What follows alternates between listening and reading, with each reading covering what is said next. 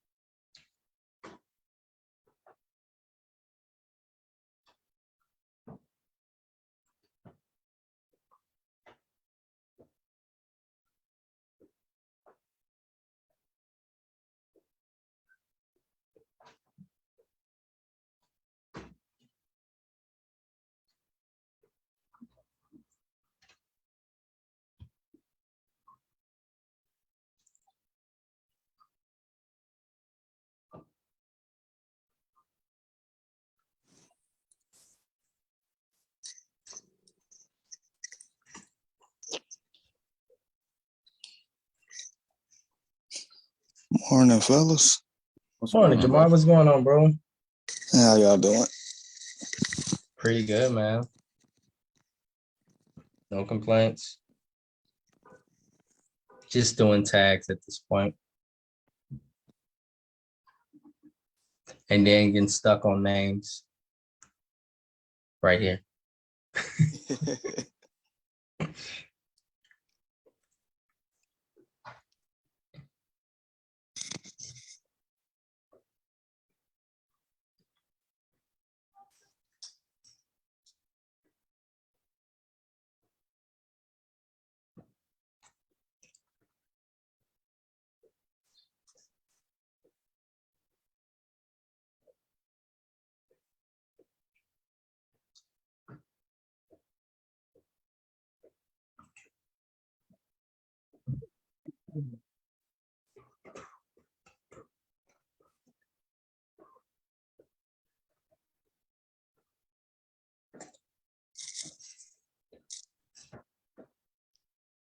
Yeah, go ahead, get them eye boogers out.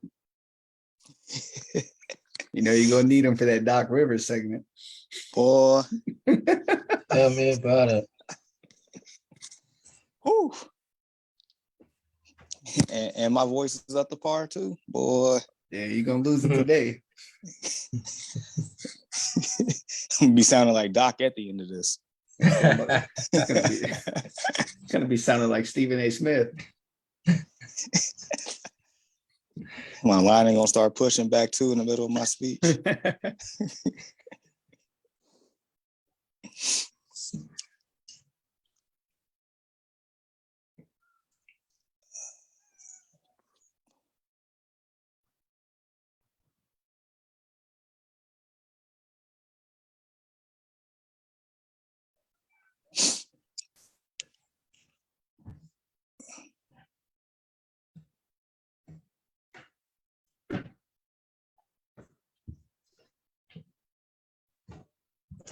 I'm ready when you are, fellas.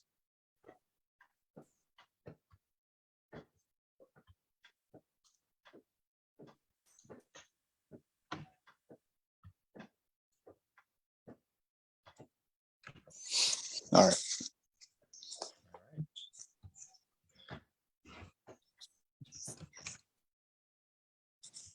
Good morning, world. And welcome back this weekend to the Early Morning Sports Talk podcast. Yes, we are back like a shark attack, back like we left some, back like we ain't got no clothes on our back. And for the world is a better place when the Early Morning Sports Talk podcast is taking place. And so we thank you for tuning in with us this morning as we conversate about the latest sports topics that have taken place from this past week and will be upcoming this week. It is always a blast to have you all tune in and participate with us every weekend.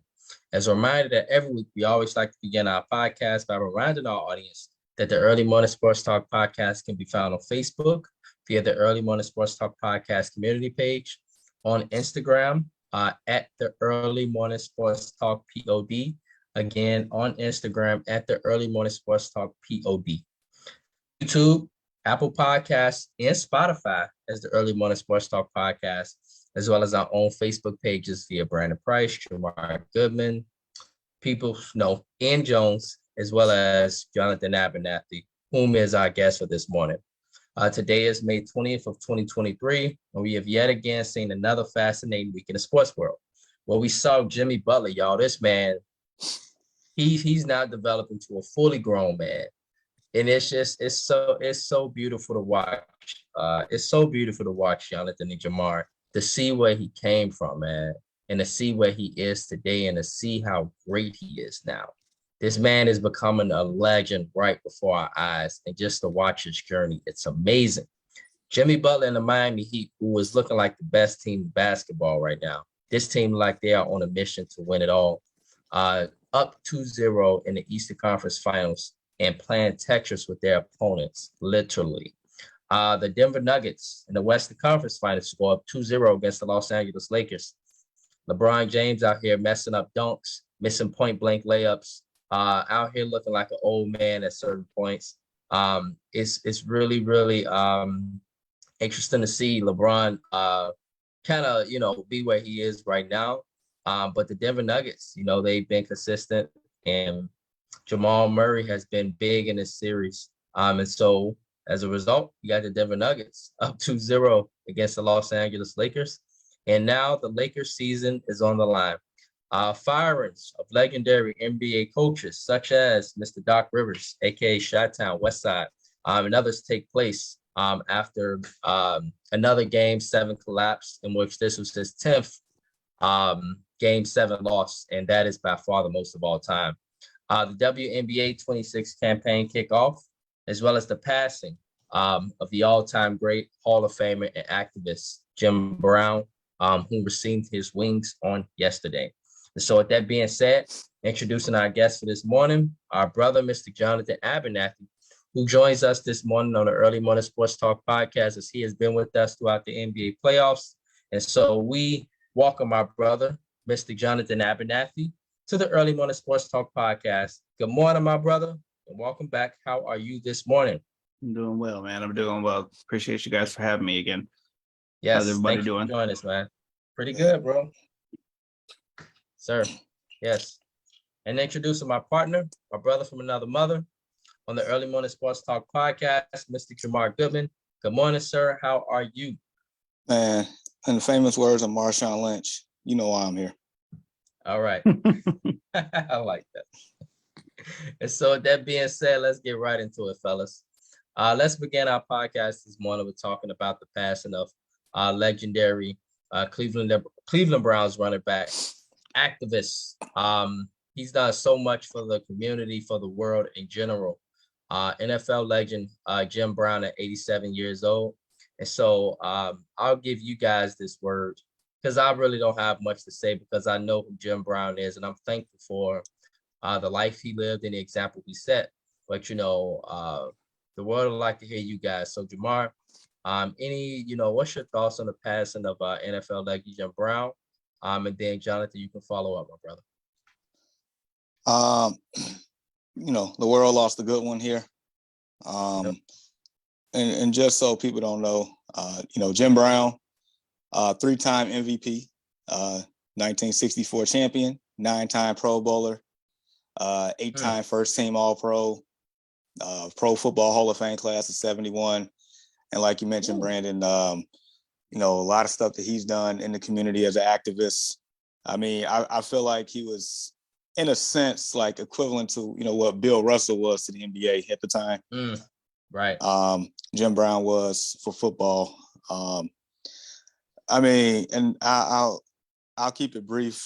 And the last thing I'll probably say is, they don't make them like they used to. And, if it wasn't for, the things that Jim Brown has done on and off the field, then, maybe today's society probably wouldn't be where it's at, especially as far as, in the NFL as well. So,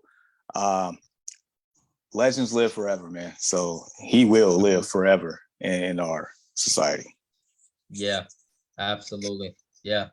Jonathan, my brother, your thoughts, man. Man, he lived a great life that done more than what a lot of us, even athletes today, will never reach his level of accomplishments. And that's just on and off the field in general. I mean, my condolences to his family and, the NFL world and everything. It's just, I mean, we appreciate all that he did. Absolutely. Yep. Yeah. One of the best moments I have from Jim Brown is a movie. I don't know if you guys ever saw it. It took place in Gary, Indiana. Yep. I think it was in Gary, Indiana.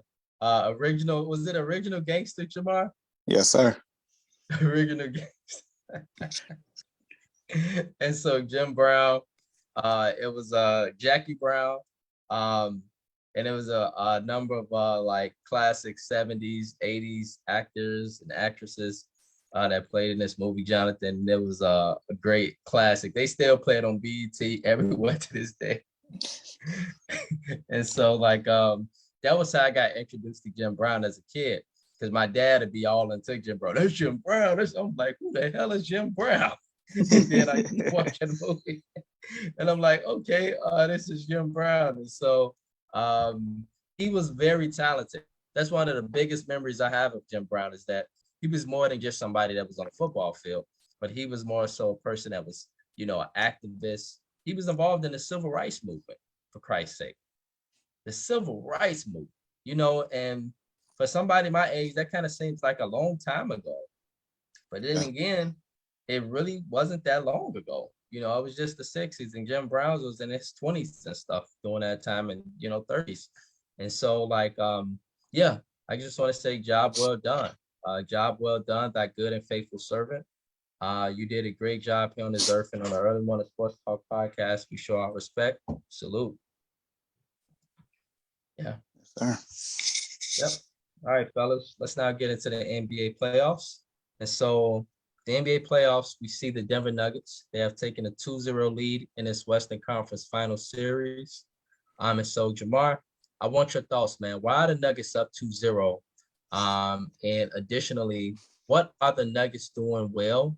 And what are the Lakers not doing well in order for the Nuggets to be up 2-0 and 2 wins away from the NBA Finals? Well, for starters, I feel like the Nuggets are up 2-0 because they have been very consistent with their firepower on offense. When you think that the Lakers have really figured them out defensively, somebody unsung heroes just started making plays, like game 2, Jamal Murray in the fourth quarter.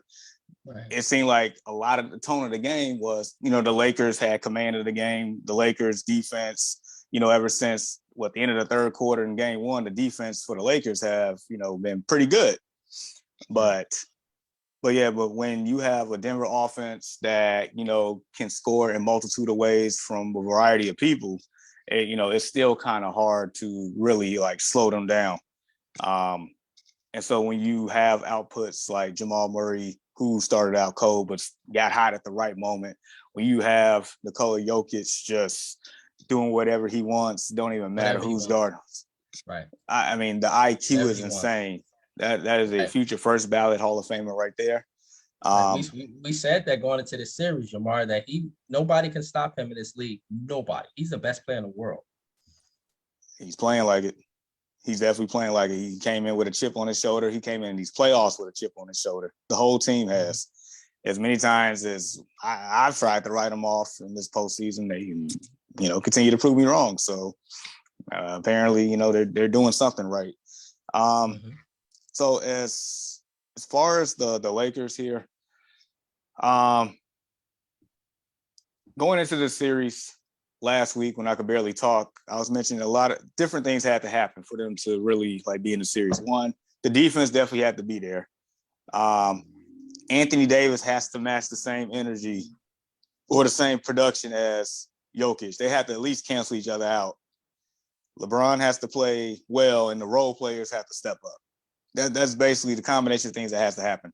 The defense, for the most part, has been there because I mean they defended them pretty well. They have. You know, LeBron in game 1 was fine. LeBron in game 2, I more so let you get into that one if you want to. Anthony Davis, you know, had a stellar game 1, and I feel like he got bullied in game 2. Yep. Shooting percentage Big was difference. atrocious. 40 game 1, game 2. But I think 18, and a lot of that was at the free throw line with calls they were just giving him because the shooting percentage was ridiculous. I mean, Austin Reeves has played phenomenal. He's you know great. What our boy Ian be calling Hachimura? But no, he called him Hibachi. Ruhachi. But it's Rui Hachimura. Oh man, he's actually been playing pretty good. He's too. been solid, hasn't he, bro? He has been. That's been nice. Probably the most sneaky pickup they did in that whole you know, just fleshed out the whole system. Yeah, overhaul per se. So I mean, for the Lakers, stars have to play like stars at this point. I would imagine the role player is going to play better at home. Both teams are undefeated at home, so that dynamic hasn't changed yet. And the only thing I would say about LeBron, like I said, I leave the majority of that to you. This man, I believe, is 1 of 20 from 3-pointers in the fourth quarter in the playoffs right now. Big point right here. That is that I don't know what to say with that. I don't is it old age, is it the altitude as far just in this Denver series alone? What the defense he playing on Joker because he played defense against Joker in game 2. Right. Is he like, you know, exerting his energy on defense and just tired on offense when later on in the game? Like old age? I don't know, but 1 of 20 in the fourth quarter in the playoffs, that's not gonna get it done, especially against a team like Denver that's like I mentioned, so versatile, so a high energy, high octane, pushes tempo. I mean, you cannot have too many mistakes, especially in crunch time against this team. So yeah, games 3 and 4 are going to be very interesting. Very interesting. Jonathan, your thoughts, bro? All right, so hear me out. We listening. He on one. Yep. So he got a surprise for us, sound like. So the Lakers gonna come back and win the series. They are in 7. Lord. But it's all because LeBron has done something every series this year that he hasn't done something before in his career. Like he's done the 2020 game. He ended up finishing Memphis by 40. Like he's doing certain things right now, and it's all a setup to everything. So I think they lose game 3 and then they win 4 straight. Wow. Oh, bro. Wow. So you telling me that'd be like no. That'd be like the first time in NBA history. Yes, exactly. Yes, you're saying that this Lakers team is going to be capable of coming down 0-3 to win the series. Yes. Wow, that's amazing. That's the first time I've ever heard that. Like I said, he's done something that okay, so this is probably going to be his last playoff LeBron run, will die doing that. And he's like, bumping, I'm ready.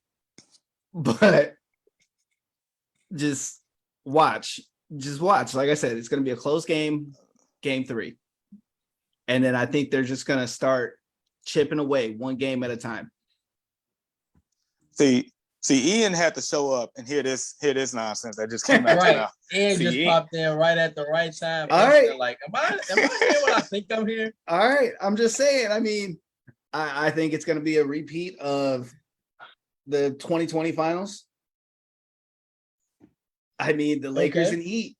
That's what I'm seeing it as. Wow, that's amazing. So you feel like Denver will steal Game 3 in LA, and from there the Lakers will come back Four and chip away straight. Yep. and win 4 So straight. they're gonna go into high altitude twice and win 2 games. Ooh. Wow. Just watch. I'm telling you. Wow. I thought you were gonna say at least, fellas. I thought at least he was gonna say that the Lakers is gonna maybe steal 2, back at home. Still one on the road, maybe Game 7 in Denver. But you said 3. You say they gonna win Game 3 and 4 in a row. Well, you know what? Go ahead, Jamar. What was you gonna say? No, I mean that means that Anthony Davis gonna have to drop like 50 a game. You know what? LeBron gonna have to drop like 30, it's bad 40 enough. every game. I have the energy from my Doc Rivers rant, but now I'm about to start acting real Stephen A. Smith here in a minute. This is blasphemy, asinine, disrespectful. Oh my gosh. Like I said, I just don't trust Denver's role players to continue to perform the way they have been performing. Jokic, you know what you're going to get from Jokic every night. That's an every night thing from Jokic. You know what you're going to get from him. But I don't think Jamal Murray is back to where he needs to be yet. He's getting there. But he's showing 23 in the fourth quarter. Yeah, but he's showing signs of it. But can he do that every night? I mean, you raise a good question. Can he do it every night? Likely no. But now if he can do it every night, he might not have to do that every night though. Yeah, because all the role players and everything else they got to do. But still, Jamal Murray is what gets them role players going. Him and Jokic are what gets them going. Jokic, everybody knows what to expect from Jokic. Jamal Murray and MPJ are who gets the role players going. If they're both having off nights, then them role players aren't as quick to start, which that gives the Lakers at that point time to pull away. Okay. Yeah. This is all right. Yeah. This is interesting. And so, hey, I tell you what, Jonathan. I tell you what, with your comments here, we will make sure that if the Lakers come back, we will make sure we play this everywhere. And we're going to play this, I don't know, y'all think like 6 months straight, fellas? Like, we're going to play this like months, because we're going to make you like a Nostradamus. That if this legitly happened and the Lakers lose Game 3 and they come back and win 4 straight, we will make sure we play this like all the time, because it's an amazing thing. You would be like one of the very few people in the world that have been unpredicted that. Yeah. One of the very few. Very small percentage. So, yeah.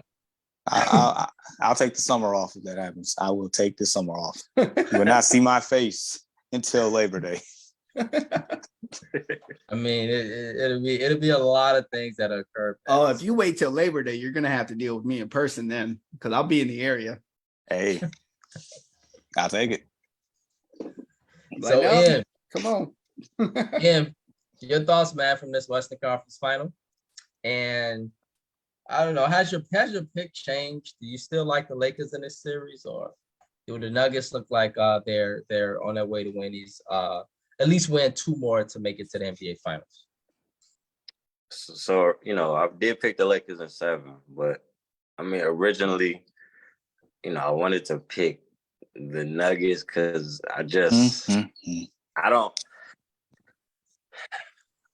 know. To be honest, I didn't even expect the Lakers to even get this far. I didn't even expect them to beat the Warriors. So I was shocked.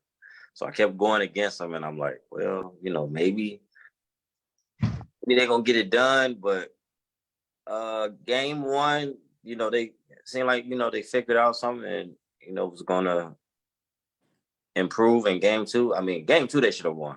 Game 2 they just basically get it up, and Jamal Murray, he went crazy in the fourth quarter. So that loss really hurt because it should be 1-1 going back to LA.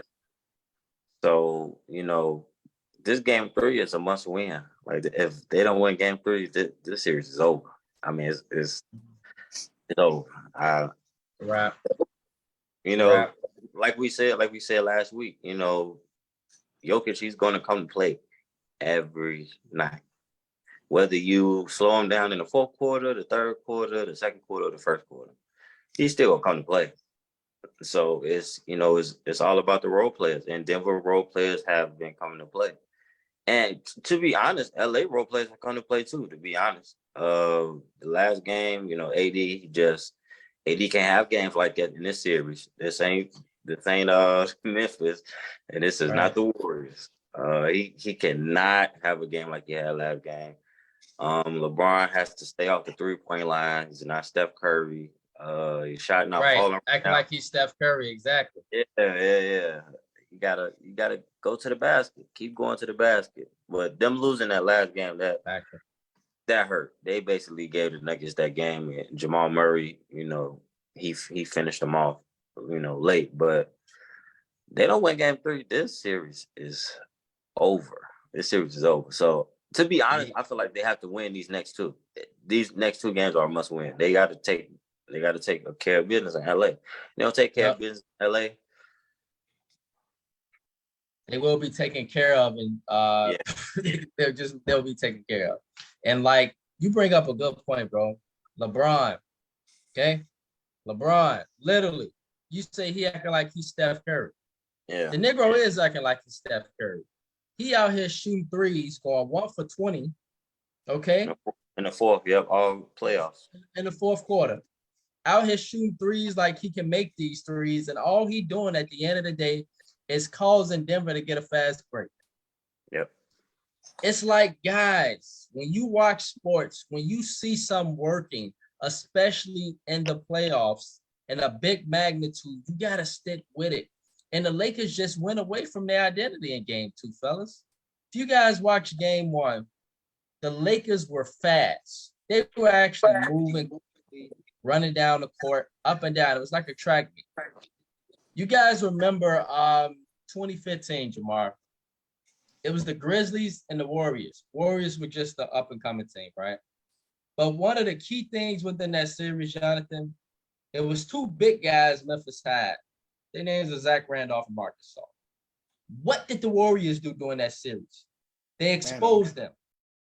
Every time they got the rebound, the track meet right down the court. And you will often see Zach Randolph, Marc Gasol trying to catch up with everybody, or the coach would just have to get one of them out because they knew that they were exposing them. The Lakers were doing that. Every time you see LeBron get the rebound, fellas, and he even went to point guard, and they were doing well. Y'all saw him play a lot of point guard game too. He would get the ball. You would see LeBron here, Joker here, which means that you got an advantage for his fast break. And somehow, some way, the Lakers just stopped doing it. They just stopped. For some reason, LeBron just started shooting threes like he was Steph Curry. And so, and when you say they gave away the game, they gave that game away. They gave, and that will come back to haunt them. They gave that game away. Should have won that game in a multitude of ways. If LeBron make the open layup, he out here trying to showboat. Y'all see he's trying to showboat? Out here showboat. Ball go out of bounds. He get 2 point blank layups, brick both of them. One he even airballed. Now don't get me wrong, the refs play a role too, because the refs, he got fouled a couple times right in, but the refs ain't say that. Maybe that's a Denver thing. You know what I'm saying? Right. Right. But even amongst that, the Lakers got to be kicking themselves in the foot. They should be saying, why are we shooting so many threes? Number 2, we missed a lot of shots. Number 3, we went away from our identity of running fast break, exposing Joker. And then number 4, we stopped going inside the basket. We stopped going inside the cup. And then lastly, I don't even know what D'Angelo Russell been. We need an APB out for him. He ain't done this series. Absolutely nothing. The man hit like 1 shot, game 2, game 1, it's been literally Rui Hachimura, and shout out to that man. That's been a steal right there. Austin Reeves. It's all in the script.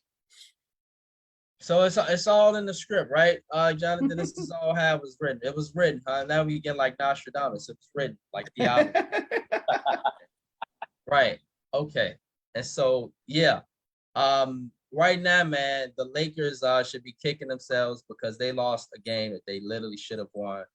After they and Jamar stated it, they controlled the game. When you watch the game, you saw the Lakers in control. You know, and so they gave that one away, and that might come back to that might legitimately come back to haunt them. That might legitimately come back to haunt them. So at this point, go ahead, Jamar. You want to say something, bro? No, I was gonna say, speaking of, teams giving away games, there's a team in the Eastern Conference that gave up 2 games. Oh yeah, well. let's go ahead. Let's talk about it. Oh yeah. So with that being said, fellas, right now, Jimmy Butler, he's on a mission. Him and his Miami Heat team, they look like the best team in the playoffs for me right now. Man, Gabe Vincent, Caleb Martin, Kevin Love, Kyle Lowry. He done lost his weight now. He ain't wearing the dunk shorts no more. So he out there actually moving, getting him some cardio in now. And you see just how good of a player he is. Yep. He hooping, y'all. He is hooping. Bam. This team ain't even got a real big man. But he's so effective in so many other ways, it don't even matter. Butler, the closer. This Miami Heat team, man. I hate to say it, but I want to say it. They looking like they will win the championship if they keep playing the way they're playing. They are an excellent basketball team in so many ways. But Jamar, I want your thoughts, man, because it sounds like you more so talking about Boston here, whether Miami. I think it's more Miami than Boston. Oh no, as far as that, you're right. But it's what I mean by giving away games is like, Boston will go, have leads in the second half, and they can't close the deal for whatever reason. And they play bad at home too in the playoffs for some reason. And this is the wrong series to be doing that, man. Wrong team. Facts. So, not to pat myself on the back because I don't do this too often, but somebody said the Heat will give the Celtics problems if they matched up in the playoffs before the playoffs even started. Yeah. All right. So, like you said, the Miami Heat team probably look like the best team in the playoffs right now. They're playing like it. If you heard Jimmy after game 1, he basically said that we don't care what you all think, and we still don't. Like in a nutshell, I can't remember exactly what the words, but he talking to the media and stuff like, you basically, wrote us off. You didn't think we'll be here, and we don't care what y'all think. Like we coming out here, we hooping. The legend of Hemi Buckets, right? Grows stronger by every win.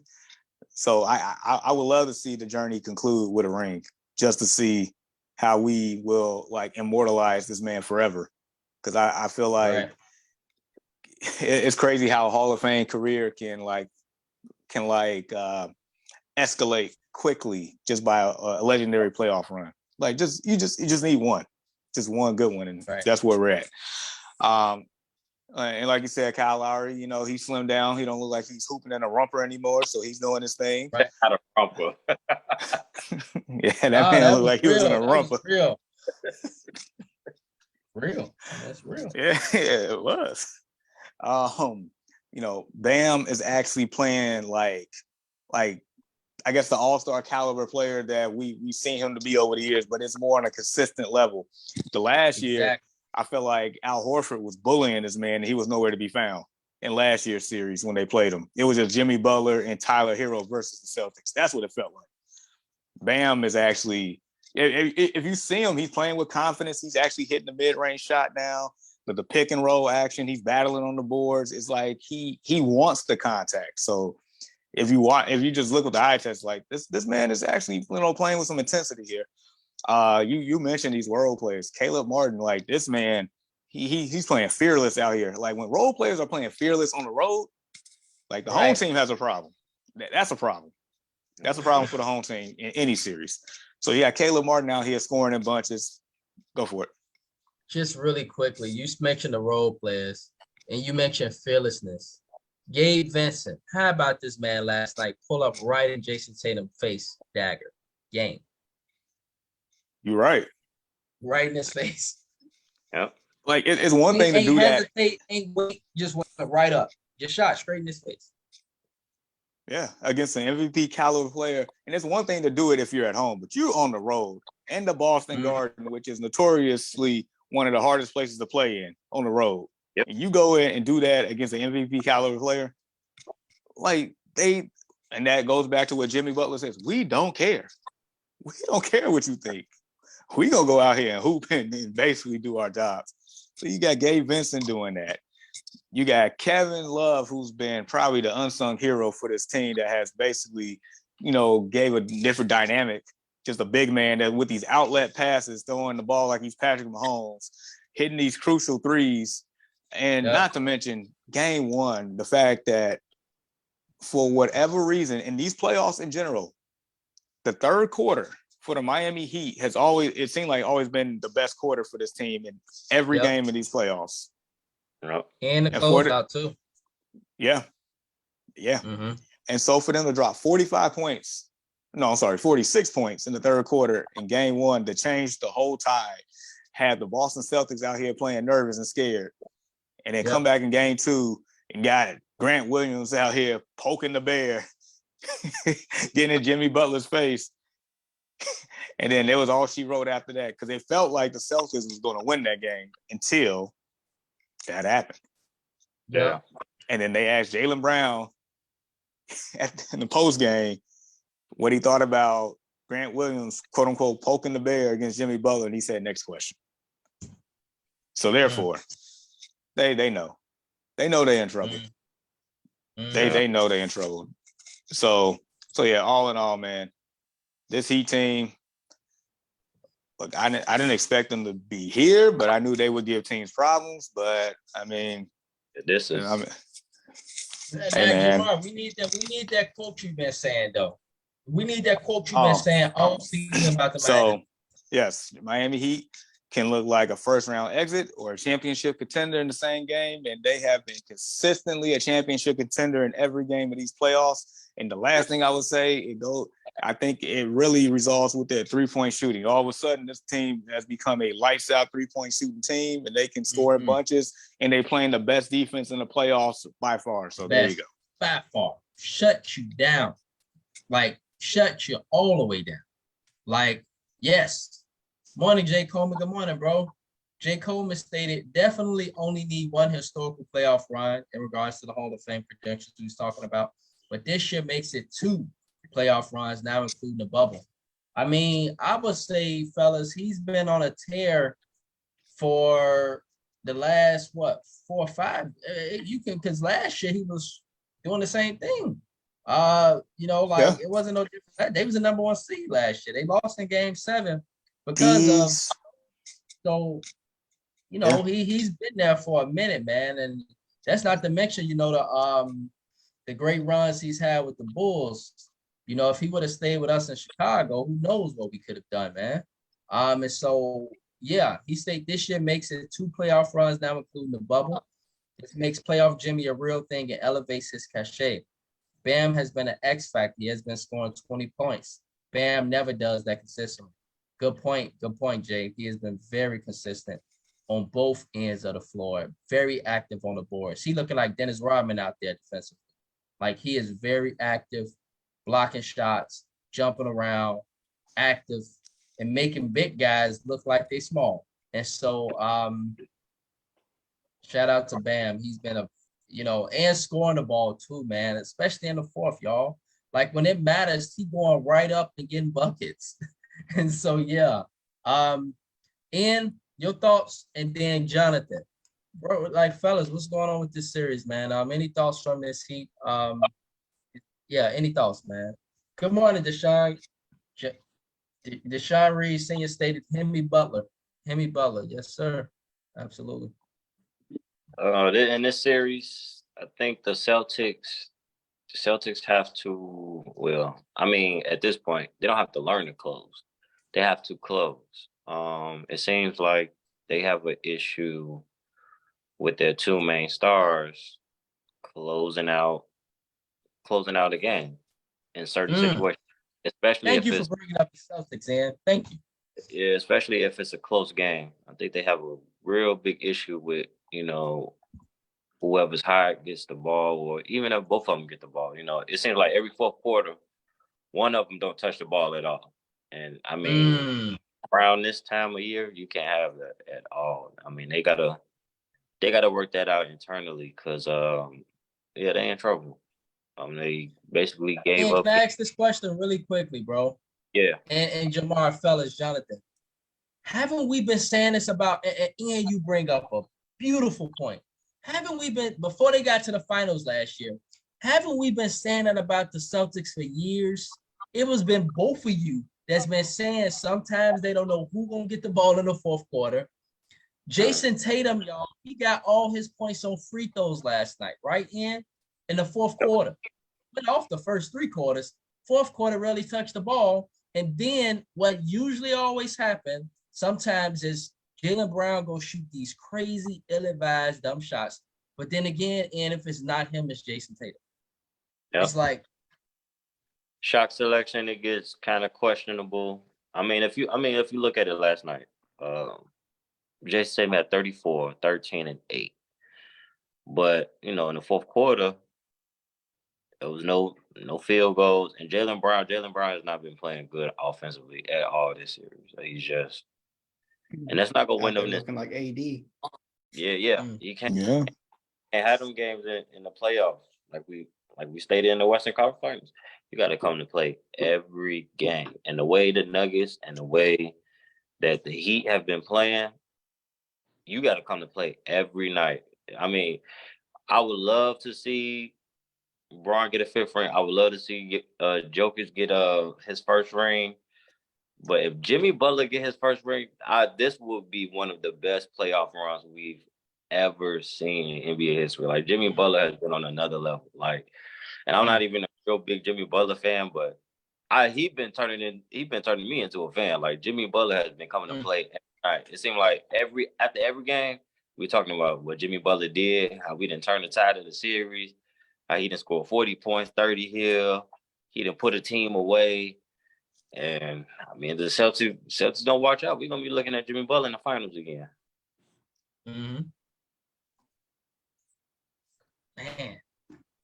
Man.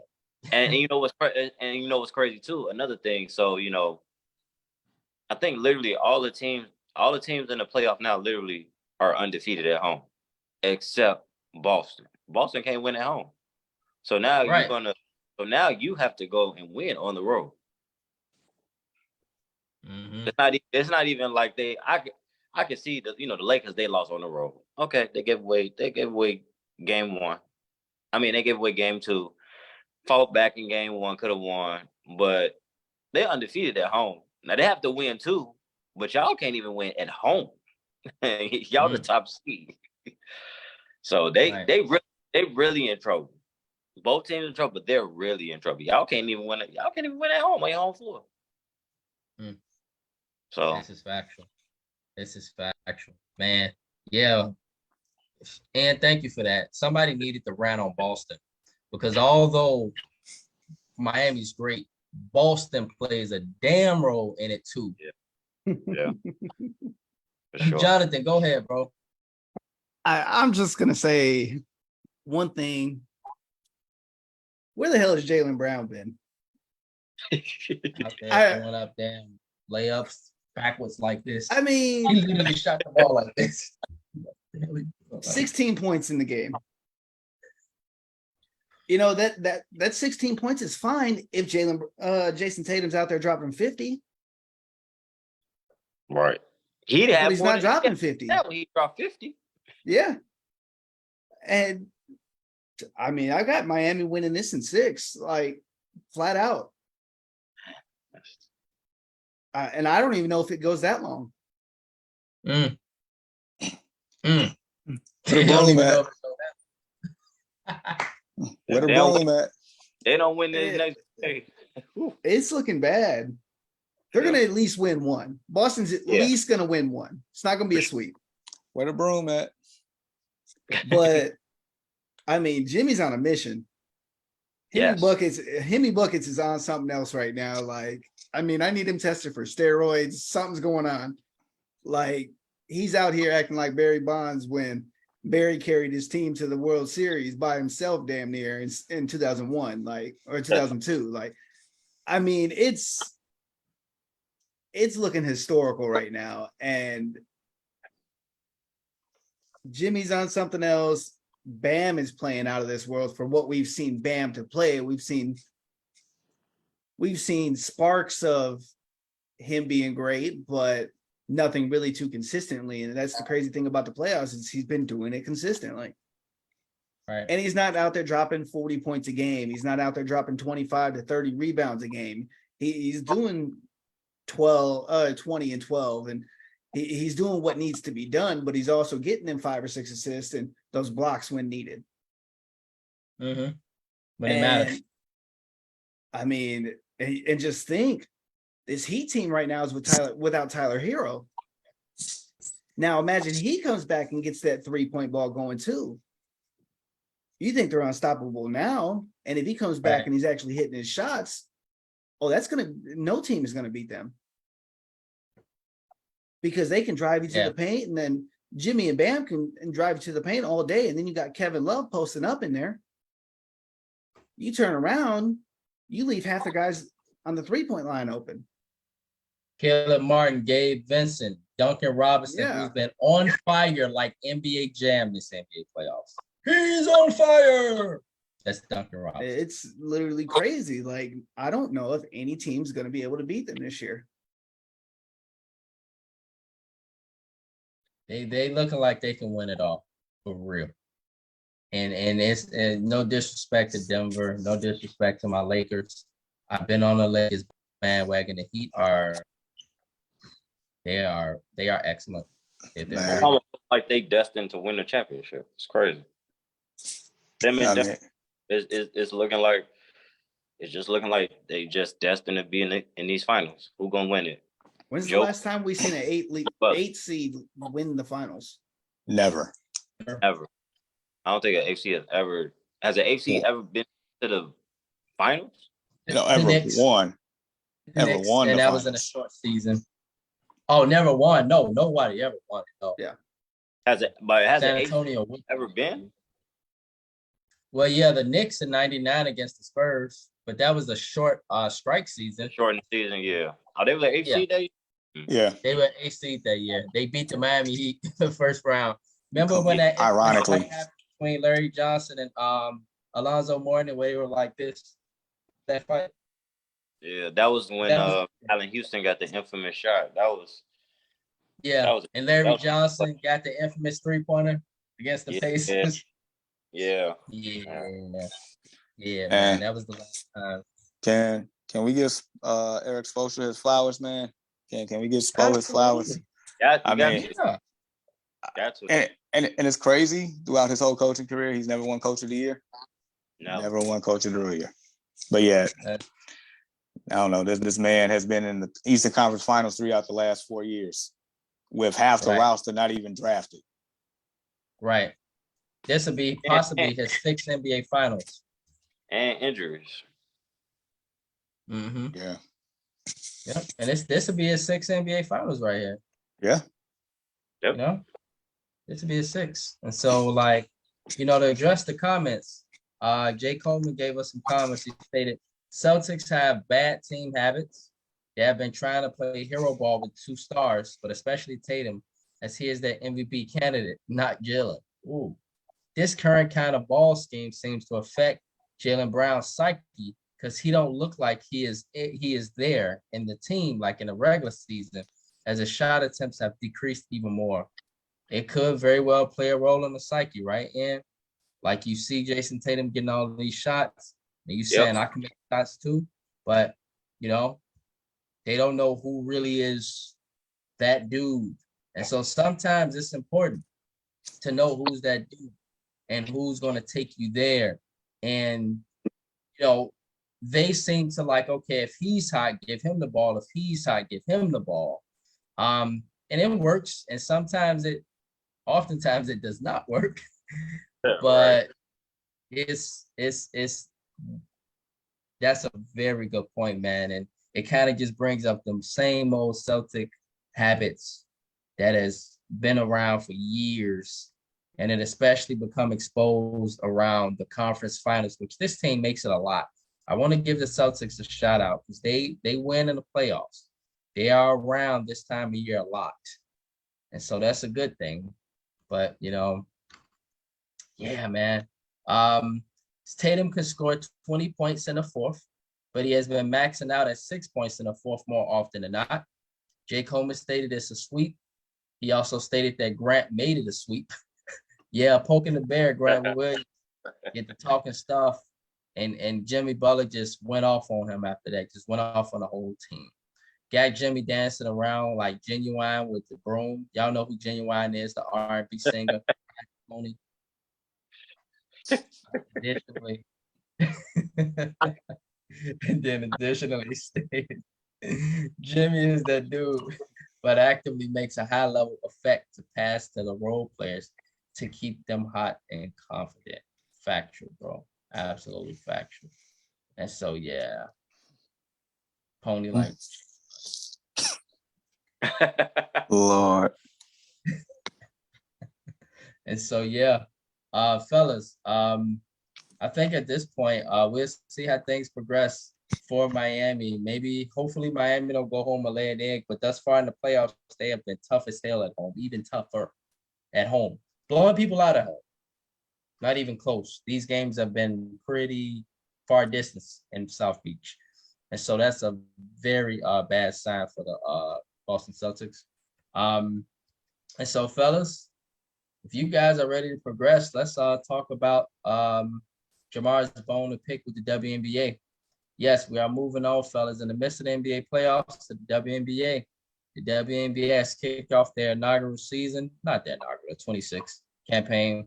And we see a lot of great teams. Shout out to our Chicago Sky, who is off to a great start. Yeah, they blew out the Lynx last night. And so, just curious, Jamar, what's your bone to pick with the WNBA? And then from there, fellas, I don't know if you guys are big into the WNBA, but there are two super teams. Okay, Jonathan? One is the New York Liberty, okay? That is with Brianna Stewart, Sabrina Ionescu. What's the girl from Connecticut, y'all? Jalen something Jones? Jones. She was the MVP 2 years ago. The dark-skinned girl. She played in a commercial with the short guy from the Hawks, Trae Young. Her. And then Courtney Vandersloot. And that hurts my heart. She left us, right, J. Cole? She's in Liberty. And now she's with the New York Liberty as a point guard. And sadly enough for us, Allie Quigley, since that's her wife, she's not even playing this season. So she sat out the whole season because her wife ain't in Chicago. And so she's not even playing with the Sky. But I still think the Sky is super dangerous, I promise you.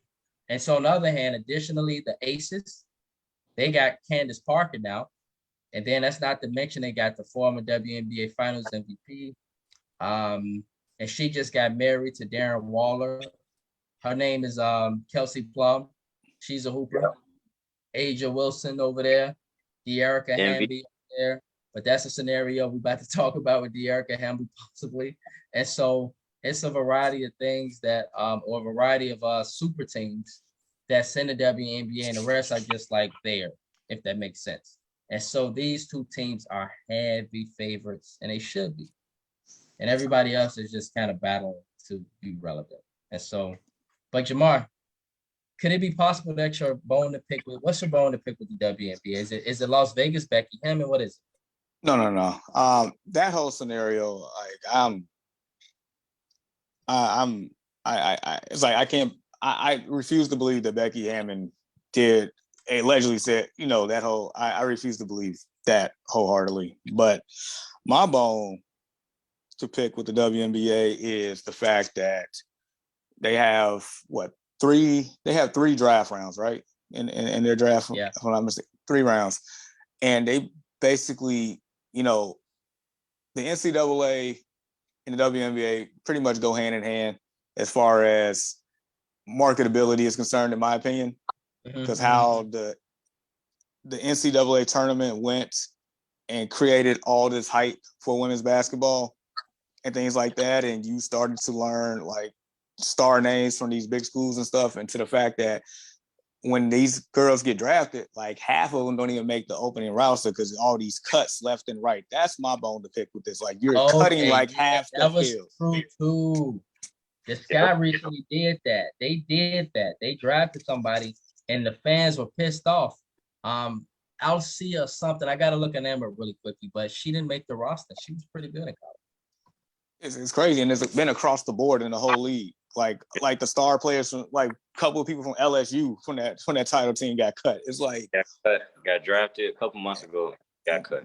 So it's like, why am like just for the person that's just an average basketball fan, like why would I want to be engaged in a product that like people that I know, like, oh, this LSU team is hot right now. Let me see how they do in the league. Oh, they're not even on the team anymore. Like, why should I be engaged if I'm, just the average fan that doesn't really, maybe want to get engaged.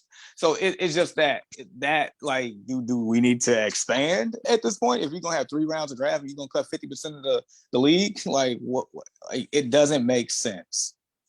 So yeah, I'm upset. Yeah, I feel you, bro, because you are totally right. And thank you for hitting on this one. This is indeed a hot topic. And if you look in various, like, let's say, internet sources, this is a hot topic, Jamar. Thank you for bringing this up. Because I looked at it and it kind of crossed my mind briefly, but, I never really, thought about it until I was sitting there looking and I'm seeing like the fans and I'm seeing a roster for the Sky and they're like, where's Azura Stevens? Where's, like they were on the championship team last year, like yep. Azura Stevens is a good player. And so like, I'm like, man, is Coach James Wade that cutthroat? But, he's only doing his job, it appears. Yeah. A lot of this falls on the WNBA commissioner, who is, as we know, a great woman, and what's her name, y'all? Kathy Engelberg. Is a great woman, but Jamar, thank you for bringing this up because this is something that people are beginning to talk about now, and it's something that needs to be addressed. And so that's real. That's definitely real. And in regards to the issue with De'Arica Hamby, so she got pregnant, y'all.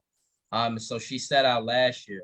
But if you guys watch the NBA, we know Ann Jamar that she's nice. She's nice. Yeah. But she got pregnant, I think, by one of the Raiders players. It's just funny how the Raiders in the It'd be like that. Hey, it's part of life. And so basically, like, it was rumors that the coach bullied her. And so as a result, the WNBA suspended Becky Hammon for 2 games. And so she denies the rumors, etc. But that was a big issue that was occurring too. And so yeah, but even amongst that, fellas, what are your realistic expectations for the Chicago Sky? And so, Jonathan, I don't know if you want to participate in this segment because I don't know if you're a Chicago Sky fan, but I'm going to ask Jamar in quickly. What are your expectations for the Sky? Do you think this team can win it all, or do you think they can maybe make the playoffs? So, Jamar, Ian, what are your thoughts, fellas? Quickly. I think they're capable of making the playoffs, but I mean, we have officially entered the age of super teams in the WNBA. Right. So I feel like at this moment, nobody is getting past those two teams at the moment. They're loaded. Like women's basketball players are highly skilled. Like this isn't like the NBA where talent and athleticism just dominates. This is highly skilled players. This like you have to like execute like flawlessly against these type of teams like throughout the course of the game. I don't see it right now. It's gonna be the Aces and Liberty until somebody does otherwise. So Right. Yeah, and your thoughts, bro. Like Jamal stated, playoffs maybe, but we reaching a different era in the WNBA. Those two teams are loaded. I would be highly shocked if one of those teams lose in the playoffs or something of that magnitude. Barring injury, barring nobody gets hurt or anything like that. But especially, in a league like the WNBA, with they still got a lot of work to do to catch up to the other major leagues like the NBA and NFL and things like that. But it's basically those two teams just sitting at the top and everybody else cat fighting amongst each other below. But so like I said, maybe the playoffs, but that's probably about it. Okay. Yep. Maybe one team, y'all, maybe the Phoenix Mercury, but then that would depend, y'all, a lot on. Right. It would depend on how Brittany Griner's progressed. She hasn't hooped in a year. Yeah, you're wrong. So that's Jonathan bullying people. Yeah, she could come back and be very, very angry. She's just gonna pass it down to the post to her. I mean, You that's the think only she's gonna chance they're dunk on gonna somebody have. this year, Jonathan? You said what? You think she's gonna dunk on somebody this year? She tries to dunk, she might blow her knee out. Oof. I'm not saying that as it's not possible for her to dunk. What I'm saying is I think her chance for injury at the moment is a lot higher since she hadn't played in a year. So she's going to be out there trying a bit harder to get back into her form. Right. And that's when most injuries happen. Yeah. Right. That's facts. Point. Very valid point. And so in that way, that could be an advanced warning for Brittany to make sure she don't just go out there super angry, right? Don't rush it. Yeah. Don't rush it and just play her game. Right. Get back in shape. Take your time. I hear that. That's real. That's very real. So I would say the Phoenix Mercury are dangerous. The Indiana Fever, another team, don't sleep on y'all because they are young and they run up and down the court. They got a lot of good talent. They can put up a lot of buckets. And so I watch the Fever a little bit too and look at them and say, hey, maybe they can be like Chicago Sky. So I'm very interested in watching like how the others play. I think the Sky and the Fever, they're going to be really interesting in good games. The Dream, Atlanta, going to be really good. So it'll see how the others perform, but I think at the end of the day, like we all say, we know who the top two are. And so, yeah. All right, y'all. WNBA season kicked off again. Stay tuned. Going to be a lot of good games. And lastly, y'all, the San Antonio Spurs, they received their – oh, go ahead, Jamar. Go ahead. Before we get into the Spurs, I cannot hold in this anger much longer, man. I gotta get to Doc. I just have to. I'm sorry. Oh yes. That was gonna be the last segment. I can't wait. I can't wait. Doc Rivers, this is y'all beloved coach. This is y'all beloved coach. This is y'all. Whoever consistently, just put Doc Rivers into this limelight, to this pedestal, to this one of the greatest of all time coach. Like, stop. This man is the most overrated, celebrated coach in the NBA history. The most overrated, celebrated coach in NBA history. Started coaching with the Orlando Magic. Tracy McGrady is my favorite player since Michael Jordan retired. You know what he does? He leads them to a 3-1 series lead against the Pistons in the first round and loses that. Right. Gets I fired remember 3 that. years later. Goes to the Boston Celtics where he had one winning season. It was getting ready to get fired until, Danny Ainge just put off a miracle trade. Miracle. Got Ray Allen and then Kevin Garnett. And then all of a sudden, Doc Rivers leads this big three team to a championship. And he's the savior to the Boston Celtics. We haven't won a title since Larry Bird. Oh, this man is phenomenal. This man is outstanding. It's Doc Rivers and cemented in Celtics history. They get back to the finals, 2 years later, up 3-2 against the Lakers. Blow that. And just to, just to throw this out here, that was the last time this man has been to a finals and let alone in a conference finals. He ain't been back to a conference finals since then. Well, no. Remember in 2012 against the Heat. Oh, I'm sorry. You're right. But ever since then, LeBron had to have an all-time great game to where he dunked on Jason Terry. I mean, Jason Terry got sacrificed, man. I'm sorry. That's just what it was. That man got sacrificed. It is what it is.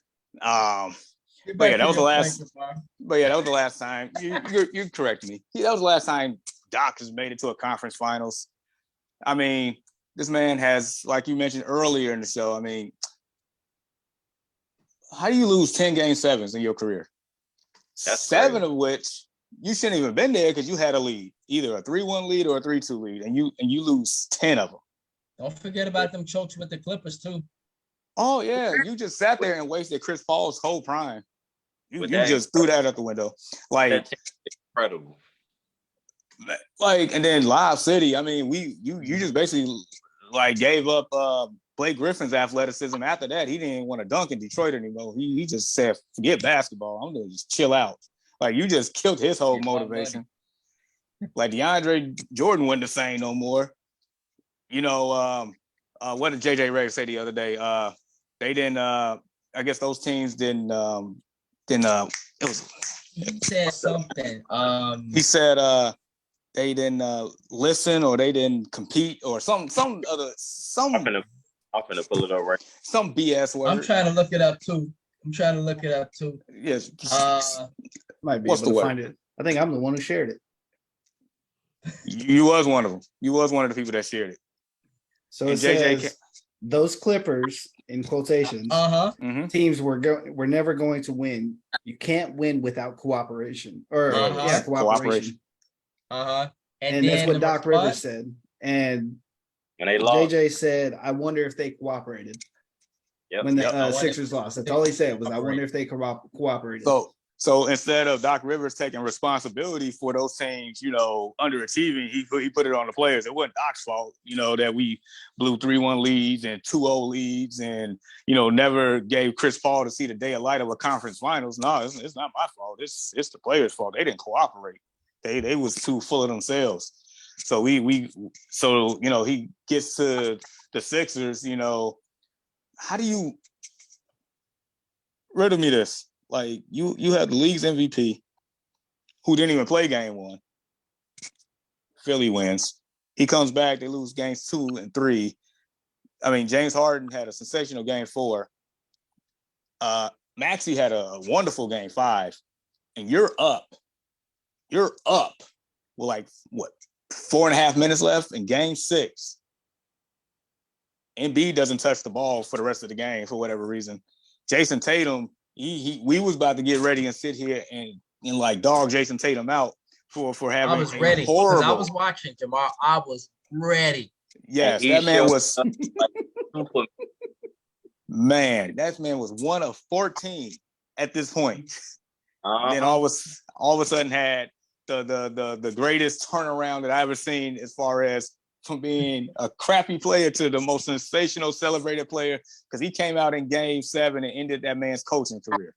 Yeah, he came out and he looked like Kobe Bryant and Michael Jordan. He was hitting everything. When you start hitting heat checks, step back 3 heat checks, and they go in without touching the rim, it's over. Yeah. It's over. So at this point, Doc, like, what are we really talking about with you? because we got people like Dwayne Hawkins talking about give him another chance. Man, F no, I ain't giving this man another chance. He needs to go sit down and retire and just enjoy his family at this point.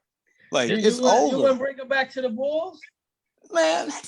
And you almost made me cuss. I'm not trying to curse on here. I'm trying to keep this kid friendly, but no, this man needs to be stopped. Do not give this man another job. Do not praise this man as a Hall of Fame, like one of the greatest of all time coaches. Now, could he teach me a thing or two about basketball? Absolutely. Absolutely. He played the game. He played in the NBA. He been around Hall of Fame players who probably taught him a thing or two. But don't sit here and tell me that Doc Rivers is one of the greatest coaches of all time. Tell me that Doc Rivers is just this guy that he is like just going to turn your franchise around. No, don't do that. He hasn't sniffed the conference finals in over a decade. You have all these superstars. I'm done. F Doc Rivers. Like I said, Doc is the Dusty Baker of the NBA. Yeah, he's like a Dusty Baker, you can say. Like, and but with that though, guys, we gotta at least acknowledge, and Jamar, I know he's come up a lot in his career, but at least he's making the playoffs, y'all. At least he's, like having regular season wins. I can't. Like at least his teams make the playoffs. And I'm just saying, damn it, as a Bulls fan, we need to try to at least sniff the second round. Have you seen their roster compared to ours? But we haven't sniffed the second rounds like at all, really. Do we have Embiid on our team? Do we have a James Harden? Do we have a Chris Paul in Lob City back then? Do we have a big three in the Celtics at the time to make the playoffs every year? Yeah, look at his teams from. We can even go all the way back to the Magic days. You got Tracy McGrady. And Tracy McGrady's prime, like right after Toronto. But he had nothing else with Tracy McGrady in Orlando. That's just T-Mac. But after that, I agree. Lob City, Philly. But the thing was, just end up getting hurt. Technically, they had Grant Hill, but he ended up getting hurt, so they didn't really get to play with each other. But also, he was old at that time. No, he was in his prime and just was hurt. He just kept getting hurt. Them ankle surgeries. But to go back to that era was completely different because you only needed one star to really make the playoffs back then. It wasn't like, Paul Pierce and I guess Antoine Walker, Jason Kidd in the Nets. That's a great example right there. Jason Kidd and a bunch of nobodies. Tracy McGrady and Mike Miller and a bunch of nobodies. That's all it took. Allen Iverson and a whole crew of nobodies. Mm-hmm. So different era. I can see that point. He's had some exceptional teams. So I can't give it to him. Like the LA Clippers team was exceptional. Blake Griffin, Jamal, and we talking about Jamal Crawford coming off the bench, Chris Paul. These guys are in their prime. JJ Redick coming off the bench shooting three. Lou Williams. He had. He had a lot of good ball players. Matt Burns in his prime. And you have one of the greatest floor generals of all time, and you tell me he can't lead you to a conference finals? It wasn't Chris Paul. It was you, Doc. It was you. Now, granted, I'm not gonna in this case. I'm not gonna put all the blame on him, but he's gonna take most of it. He's gonna take most of the blame because he has a history of doing this. Like Jamar stated, it's either 3-1 or 3-2. Him and the Boston Celtics could have ended the Heatles.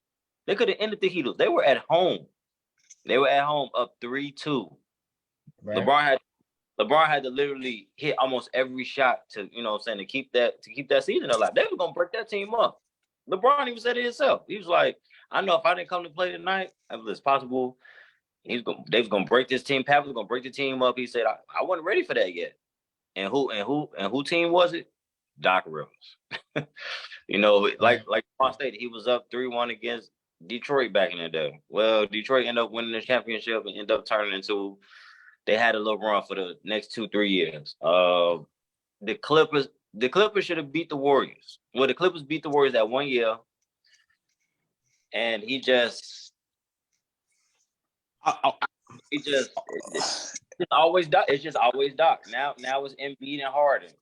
And I'm not letting Harden off the hook either, because Harden, he does not show up in the playoffs.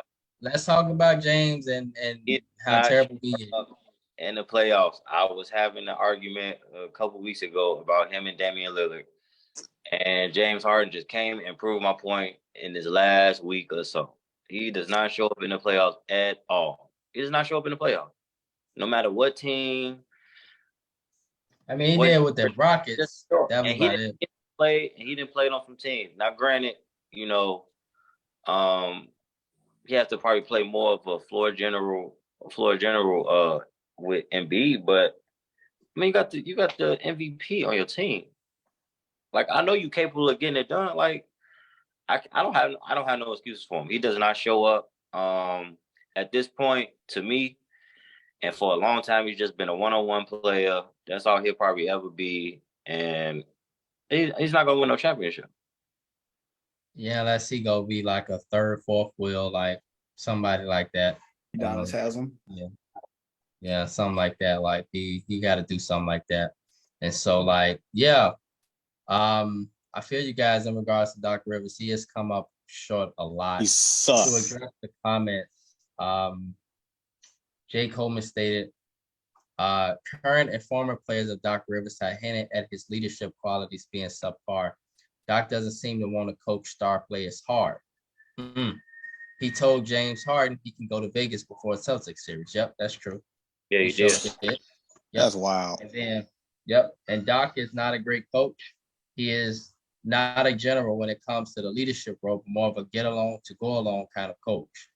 Ty Lue with that same team gets further. Ime Udoka gets further as well. And so, yeah. And then additionally, Jay Coleman stated Doc hates number 3, which means that his team is 3-2. He hates number 3. It's ridiculous, man. And so he must hate number 4 because he doesn't like winning the 4th game. Oof. And he just hate numbers. Doc and the CP3 situation, I mean, CP3 ain't been the same since he stepped on Steph Curry's foot. I mean, that's the reality of it.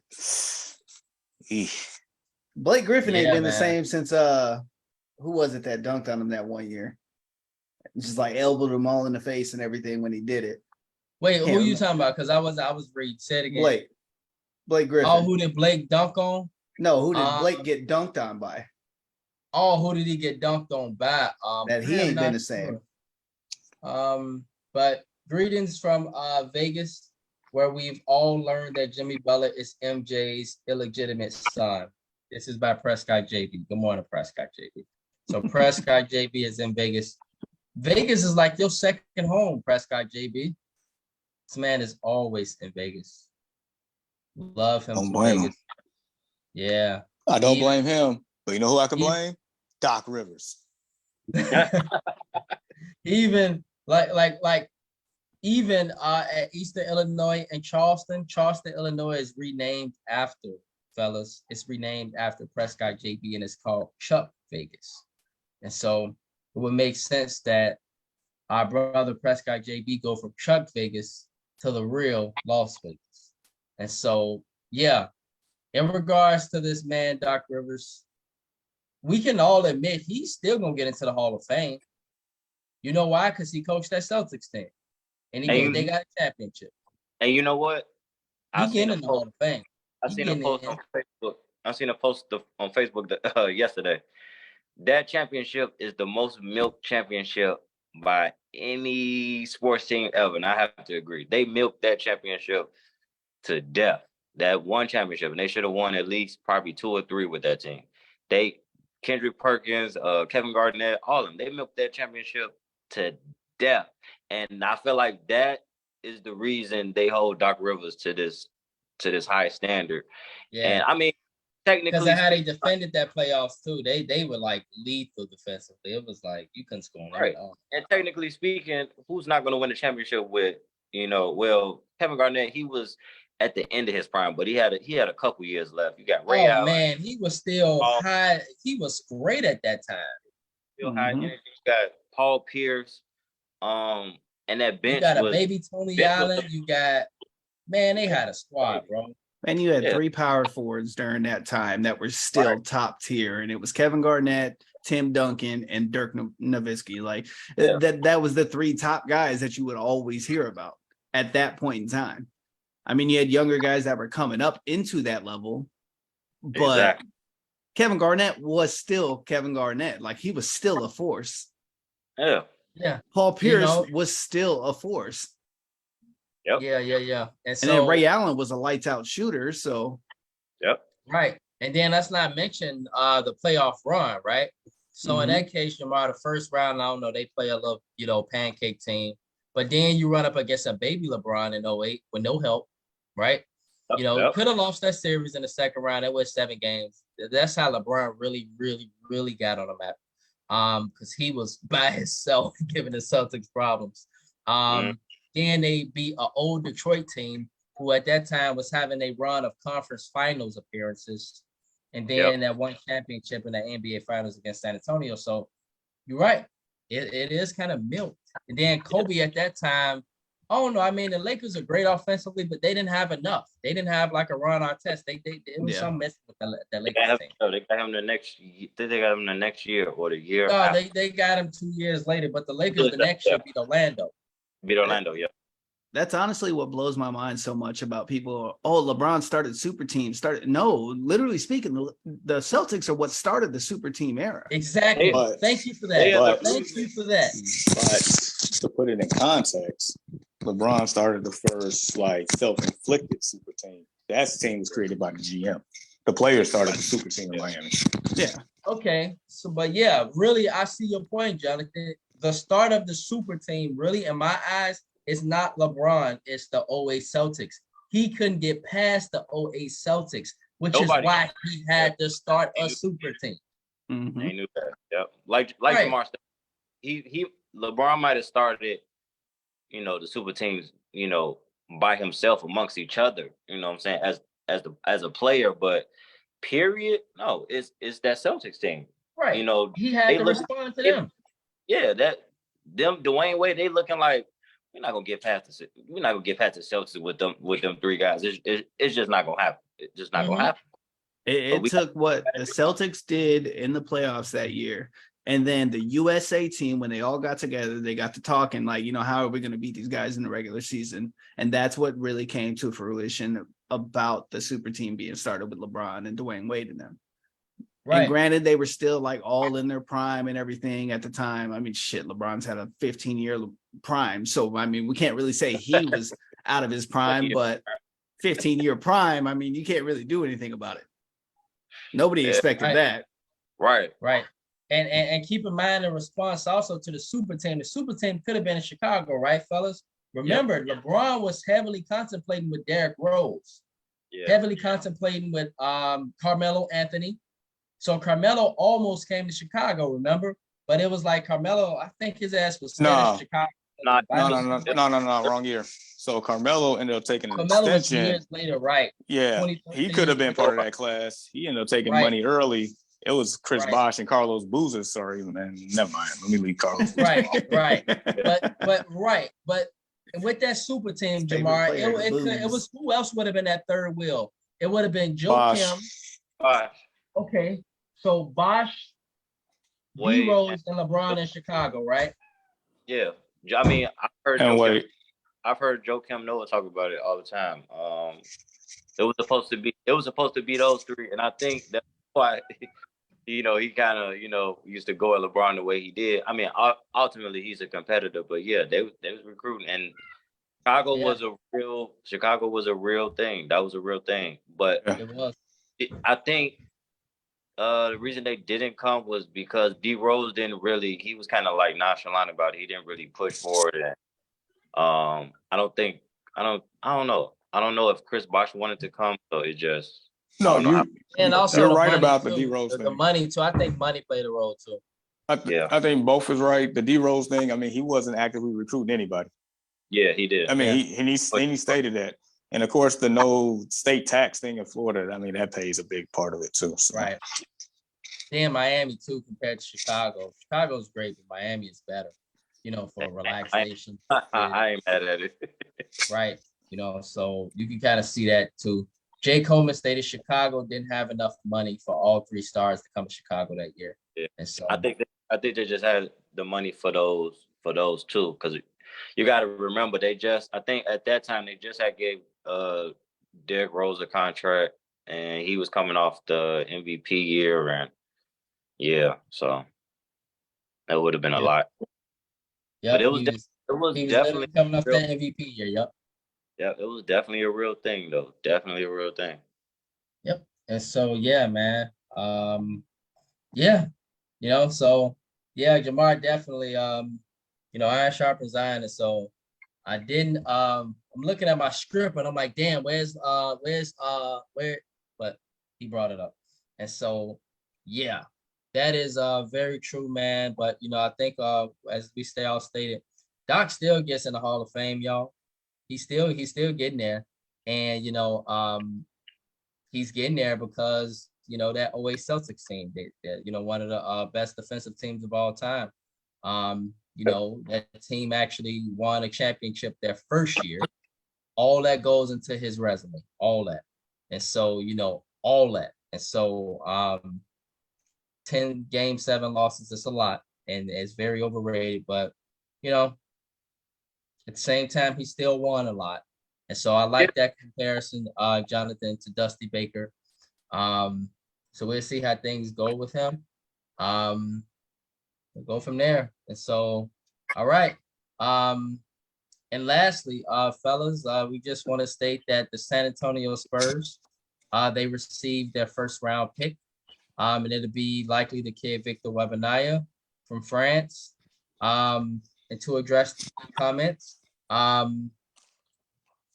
Prescott JB stated, Jay Coleman stated LeBron and Wade said it was money related because their bags were packed already for Chicago. Wow. Yup. Jay Coleman broke it down. LeBron and Wade said it was money related because their bags were packed already for Chicago. D Wade was ready to come home back to the shot. He was ready, and he had LeBron ready to come with him. You know what I'm saying? Ready to come home with him. Then Miami on 3. And then Scoot Henderson thinks he is going number 1, by the way. LOL. Yeah, I heard about that kid. And so hey, Scoot. He's nice. He is. If I'm the Hornets, I'm happy. I'm just as happy. I mean, right. I'm not saying, he's Wembanyama, but Scoot is a dog. He's nice. He's nice, isn't he? Yeah. But it's like, with Victor Wembanyama, you just, it's hard to find a guy that big that can shoot the way he can shoot. Dribble. He got it all. Yeah. He got it all. And as stated as y'all boy LeBron said, he's an alien. So yeah. I hope it translates, man. He could be right. The NBA is a lot more physical than France. No disrespect to the French, but the French are a lot softer. They're very soft. That's what scares me so much about him coming to the NBA, and it's not his skill set. It's about the way the NBA, when people come there as a big man, their health just goes to nothing. Yeah. And that's why I'm scared for him to be the number 1 pick, simply because I don't want to see another Yao Ming or Greg Oden play out. Right. I mean, but he doesn't play like them. That's the difference where I'm expecting it to be different. But I mean, even look at it now, Kevin Durant with constant injuries. When he's healthy, unstoppable. Phenomenal player. But he's injury prone. He plays similar to Kevin Durant. And with already the history that he's having with injuries, that's where the issue comes in. Like, I don't want to see a situation like that. I hope he comes in and does great things, stays healthy, does great things. But the NBA doesn't have a history of being able to keep players healthy. Right. Hey. I don't know. I think he'll be fine. Reason being, because if this was about 10, 15 years ago, then I think it'd be an issue. But the way that the game has changed and I don't feel like it's not as physical as it used to be, and there's a lot more thinner frames. Like, look at all the big men for the Oklahoma City Thunder. They're all like sticks.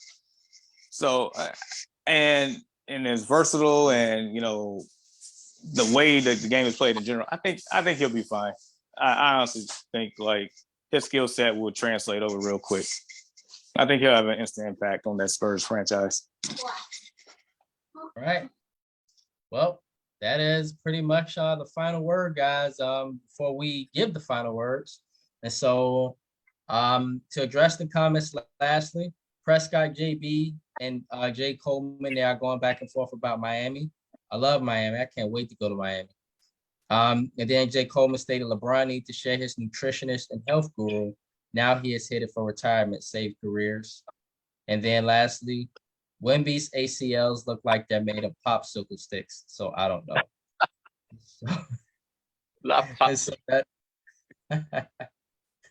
The kid is very skinny, and he got to get in the weight room, like seriously.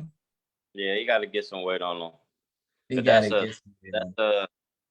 That's going to be I don't know how it goes overseas, but it's going to be a difference. I think it's going to be a different, from maybe, I don't know. I'm guessing they play about maybe like 40 to 50 games, maybe, but from a big jump to 82, and if you make the playoff, that's 100 games. So yep. And in America, he's gonna get fanned up. Like, keep in mind, fellas, I'm very familiar with France, very familiar. I live in Guadeloupe, and Guadeloupe is a French territory. And so here, the portions is a lot smaller than it is in the United States. And so once he get to America, he will gain weight. He will get fatter, etc. That's where my worries start to come in, though, is simply because, gaining that weight and everything, that's going to add more pressure to his knees and to his feet. And that's where the injuries start happening to those two areas. Right, but a lot of that could be addressed, Jonathan. You play sports. A lot of that could be addressed in the weight room. He just got to stay in the weight room, Ian. He got to be friends with the weight room. He got to be friends working on his legs, his knees, etc. As long as he has he's still young, but as long as he has a pretty good diet, and like you say, he works out, and we're not telling him to get 300 pounds muscle, be walking around like The Rock. Or Zion Williamson. Right, that's another story. Don't get me started. But his diet is terrible. Don't get me started. His diet is terrible. Man, we telling him to be like LeBron and not Anthony Davis. That's what we're telling him. He can even put on weight like Anthony Davis. Anthony Davis has a similar build, but Wemby he does. We talking about his whole dieting though. Whatever. Anthony Davis not doing something right. I know that much. Yeah, his diet should be questioned, Jamar. That's a really good point, because the way he's injured, you could question, is it his diet? People have done that. They have questioned, is it Anthony? And they are very built, very similar. This kid and Anthony Davis, very similar. So we'll see, man. We'll definitely see his time going forward. I know he got a great coach. So that's a good thing for him. And got the Alamo in San Antonio, you know what I'm saying? So yeah, it's cracking down in San Antonio with the Alamo. I don't know if y'all played that one. Anyhow, with that being said, fellas, let's now have final thoughts and shout outs. And so Jamar, give us any final thoughts and shout outs, brother, as we head into the weekend. Man, let's just make sure we celebrate the people that should be celebrated appropriately, not putting, false titles and acclamations and people on pedestals like we do with certain individuals out here in the NBA world. Let's just make sure we hold everybody accountable, and, as I'm, spreading this cream cheese on this bagel here, and, just making sure that, we hold everybody to a certain degree and not like, give more praise to a person than they should. And also, let's enjoy, these basketball games, this weekend. It looks like a Nuggets and Heat thing here, but we'll see if this 0-3 scenario, 4-3 victory that Mr. Abernathy stated comes to fruition. Exactly. Yeah, absolutely. I'm telling you, if it happens and it comes down to a game 7 after being down 0-3 and the Lakers win, all 3 of y'all are just gonna be sitting there staring at the screen with that I eat booty face. She's like, Well, man, we're gonna be looking forward to it. And bro, any final thoughts or shout outs headed into the weekend? Wait. You said looking forward to eating booty. Yes, he said that. that's the look you guys are gonna have on your face if that 0-3 happens and they come back and win it. Yep. So, and bro, yeah. Any final thoughts or shout outs, man, as we head into the weekend? I don't know if you guys got to talk about it, but rest in peace to the late great Jim Brown. Yep. Awesome career. Big activist, actor. He pretty much did everything up under the sun. So prayers out to his family and family and friends, and just have a good weekend. Be safe. Enjoy some of this good weather. It's warming up a little bit. So yeah, that's about it. Enjoy these last 2 series because basketball about to be over already in a couple weeks. Right? Yeah. Yep. True. It gets really dry after that. So yeah, we did begin the podcast with Jim Brown. And so Jonathan Abernathy, bro, any final thoughts or shout outs as we head into the weekend? I'm just gonna state, like the weather is getting warmer, like always. We do mention it quite often. Just everybody be safe. Cherish the time you have with your loved ones. You never know when it's gonna be not a possibility. Mm-hmm. To be able to actually physically see them and actually spend time with them. Stop letting the little things get in the way of living your life. True. And just be safe out there. Real. Absolutely. Yes. And on that note, world, we thank you all for rocking with us this morning. Man, great conversation. A lot of activity, a lot of comments. We appreciate y'all rocking with us every Saturday morning on the Early Morning Sports Talk podcast. May each of you have a great weekend. Peace. Be safe. We thank you all. Have a great weekend, everybody. Peace. Peace.